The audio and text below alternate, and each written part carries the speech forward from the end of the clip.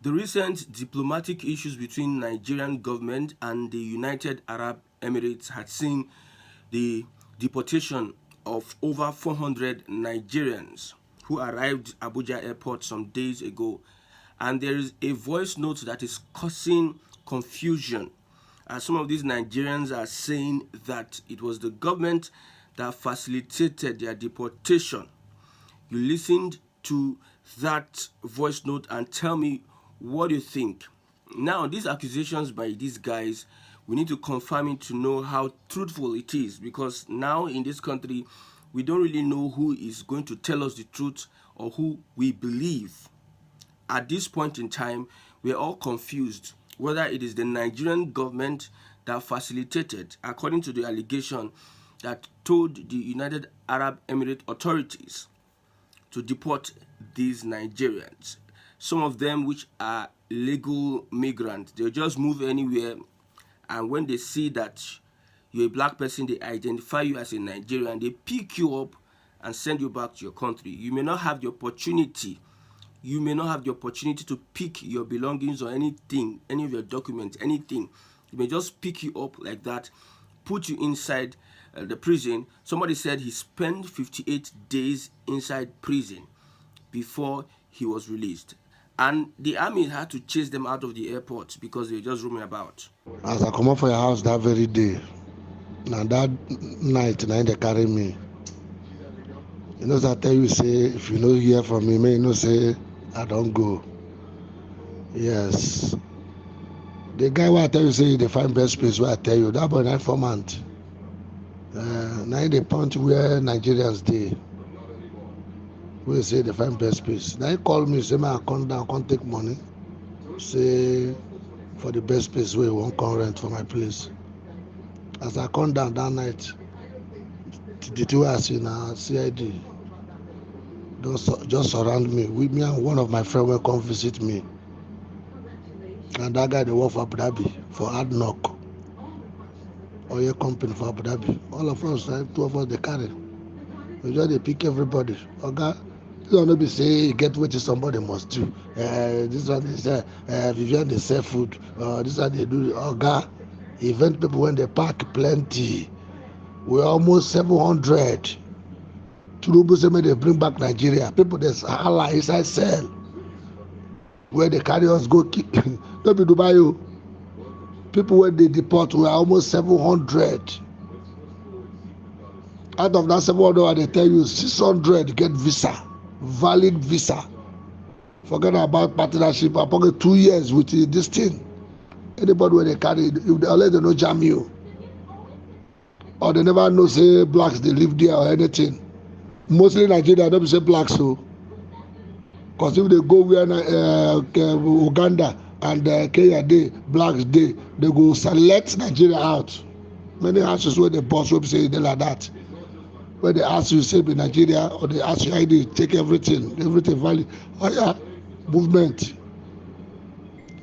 People where that side where no touch with they talk story, they talk many things when they don't know. Only what people they cry for, they say they don't allow them carry anything. They carry people for street. So some of these Nigerians are stranded Nigerians. The relationship between Nigerian government and the United Arab Emirates have been back and forth. Having to travel to Dubai and having this visa, whatever, since the beginning of Bola Ahmed Tinubu's government, there have been different reports about the refusal of visa from Dubai to Nigerians, from the United Arab Emirates to Nigerians. There was a time that there was an advert, they said Dubai is back. At the end of the day, we found out that it was all ruse. Let's believe that it is some of the activities of Nigerians in Dubai that is warranting all this harassment. Let's just believe that. But there's one thing I want to say at this point in time. Nigerians are beginning to show how divided they are, how they hate themselves, how they don't need to be in one country. When you wash your dirty linen outside, the people that are seeing you doing those things will never respect you. Nigerians now are endangered species all over the world. involved in all sort of criminality, involved in all sort of criminality. Let's admit that there are so many things that Nigerians do abroad that is illegal, and this is casting an aspersion on the country called Nigeria. And mind you, criminality is not peculiar to anybody or any tribe. It is everybody.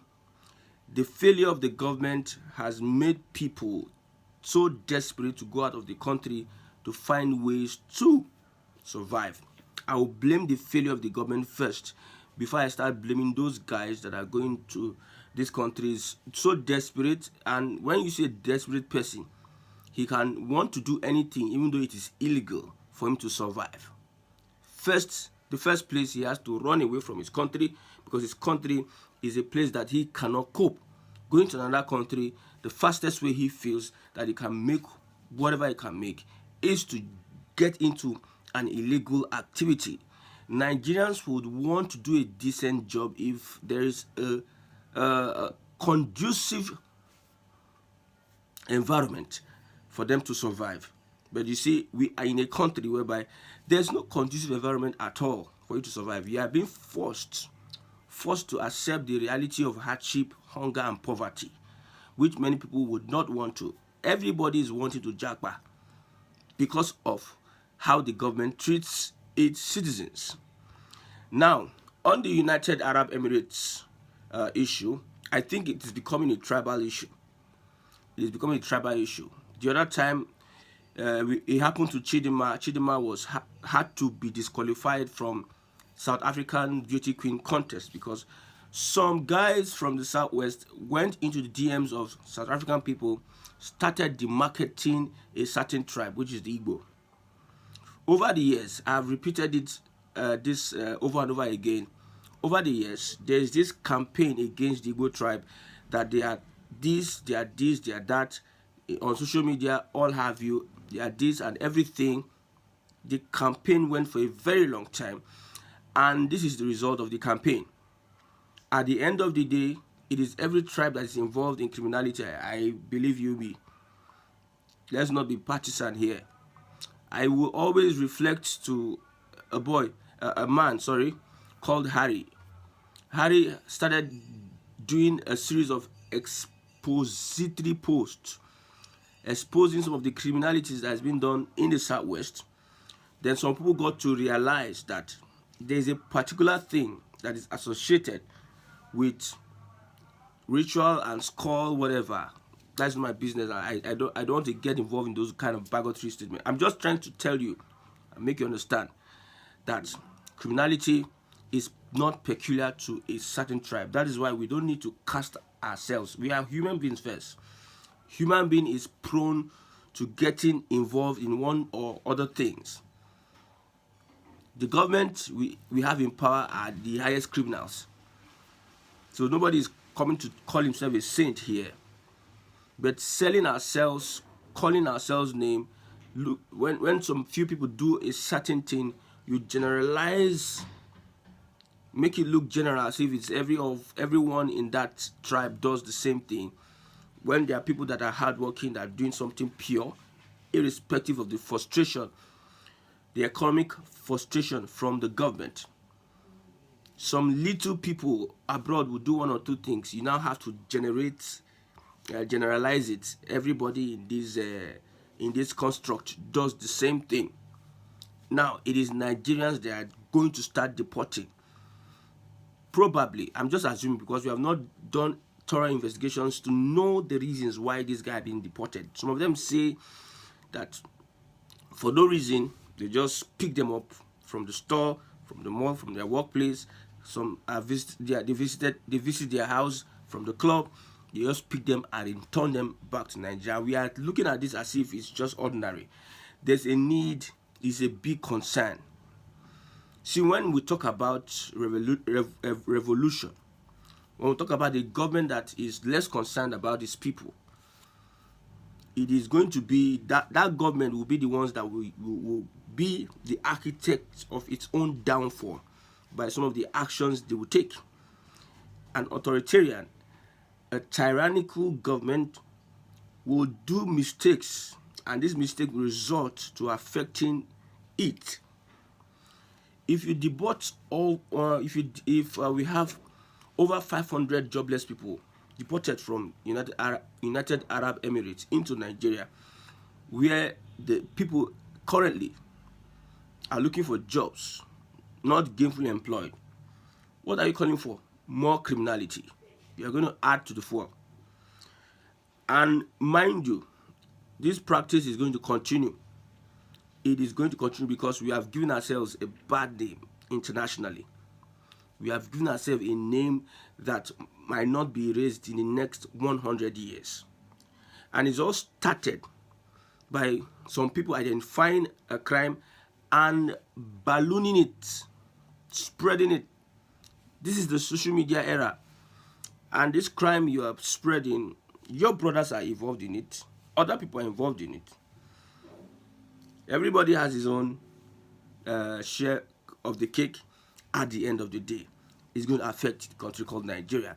And one positive aspect of this is, which made me do this broadcast, is that at the end of the day, you will demarcate Nigeria. When you demarcate Nigeria, Nigeria will not be sellable. And everybody will find how they will go their separate ways. It is all going to work in favor of regionalism, restructuring, and balkanization of the country. When the word Nigerian is not, you are an endangered species. You are like, who is this? When you go to other countries, they will look at you and they want to frown their faces. We had our politicians stealing monies in the 1960s, doing all sorts of drugs and everything. Some of them are leaders today, destroying the image of Nigerians. Governments of the world are interested in Nigerian politics, and you see some of the things our politicians do. They disregard us. So we would spoil ourselves outside. At the end of the day, the name Nigeria, people will be ashamed to bear or become a Nigerian at the end of the day because of our actions.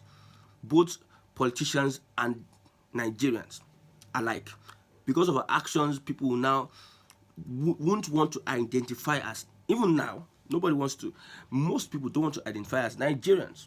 When they go abroad, they don't want to identify as Nigerians because it is shameful to become a Nigerian. Although Nigerians are hardworking people, Nigerians in the context of it are people that do exploits. You saying that some people are spoiling the image of Nigeria, you need to look at it holistically. I know most Igbo people are involved in all sorts of criminal activities, but not just Igbo people. There are other people that are involved in criminal activities also. Then, when you circulate around a certain people and you leave others and you don't think about others, you are just doing injustice to yourself. Now, the sentiment will be that after the sentiment will be that the government is after the Igbos. That is the sentiment. Whoever is going to read this story or whoever is going to listen to that voice note, first thing he will hear is the voice of an Igbo man, a supposed Igbo man. And first thing that will come to his mind is that these people are hunting Igbos all over the world to bring them back to Nigeria as maybe hatred or whatever. That is what will be on the minds of people. That is why we need the government to clarify. Tell us what is happening. What happened with this? What happened? What is the actual issue here? Usually, a government that is transparent would have told us the reasons why these guys are imported or deported from the United Arab Emirates. But as usual, you allow people make aspersions. You allow people just start guessing, doing guesswork. Why you need to put the record straight. Let us know what happened. How did these people find themselves in Nigeria? Some of them were doing legal jobs. He said over 700 people were deported. He said at least 600 were legal. They had visas and everything. How come they were being deported? If this thing this guy is saying is true, then there must be something that has been done Must be an agenda somewhere, and that agenda is not going to be very good. Imagine a 700. Okay, let's say they are Igbos. Let's say they are Igbos. They were deported from United Arab Emirates, and they were chased away from the airport, and also they found themselves in Nigeria. Nothing to do, nothing. Have you nothing? Home and abroad, nothing that they can do.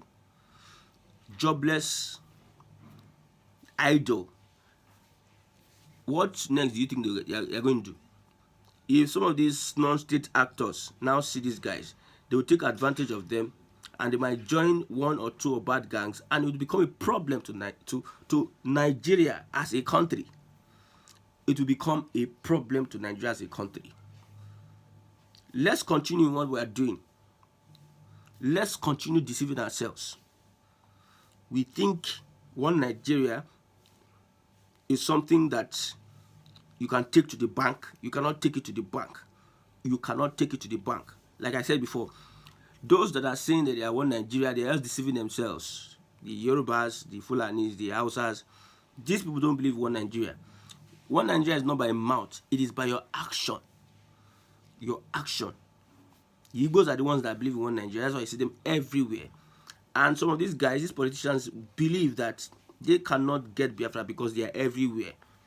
The other time they had to fight the Biafra war, where were they? You think that an woman is not ready to take a risk? Risks to achieve what he wants to achieve. They take risk. Imagine passing through the desert.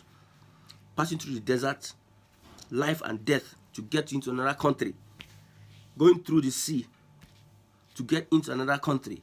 Imagine. They don't care. Or is it now getting a Biafra that they will not leave wherever they are and assemble in their own land of freedom? The government should take a look at this so that they will not cause more problems for themselves, because the more you deport people, the more you make you get more people that are prone to criminality, that are prone to get into criminal activities. And it's going to be, if they call for revolution tomorrow, you already have 700 people. If they call for protest tomorrow, you already have 700 people. You are giving people excuse to mobilize these guys. They will take advantage of these guys, look for one sentiment or the other. They will mobilize these guys and many others that will buy into the project. Because I told you, when they listen to that voice note, the first thing they'll say, oh, it's an Igbo man. The government hates Igbos. The government wants to start deporting Igbos all over the world, so that they will come back to Nigerians and suffer the whole thing that Nigerians are suffering. So that sentiment will want to make people get so angry that they want to get back at the government. And getting back at the government means a kind of revolution. This one is, you have spoiled my life. You have spoiled everything about me. Let's scatter the whole thing. I'm ready to give up. I'm ready to die. So when a man loses everything, he does not care. I hope this is not the thing that will push Nigerians to the war. The government should make an explanation. Let's understand what is happening, what is going on, what led to their deportation, whether Nigerians believe it or not, whether Nigerians believe their government or not, whether Nigerians are going to say the government is lying. Let the government lie the lie. Let us know the reasons why these guys are deported.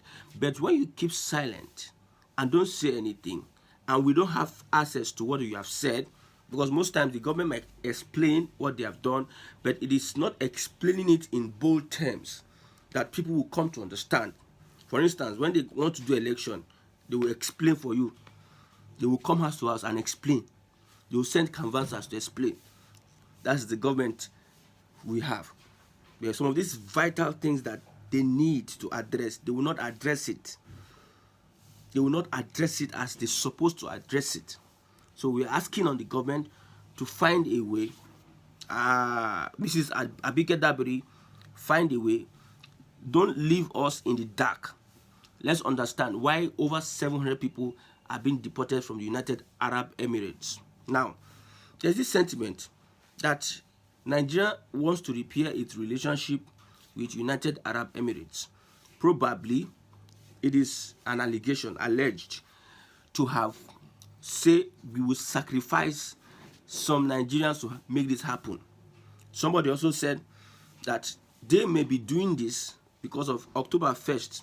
They want to announce that, see, some people are just desperate for this Dubai thing. This Dubai thing. And you know, politicians, they can do anything to get what they want to get. Nigerians not having visa to Dubai, or making it so hard for Nigerians to get to Dubai, is paining so many people, especially politicians. Some of our politicians are even resided there. They have properties there.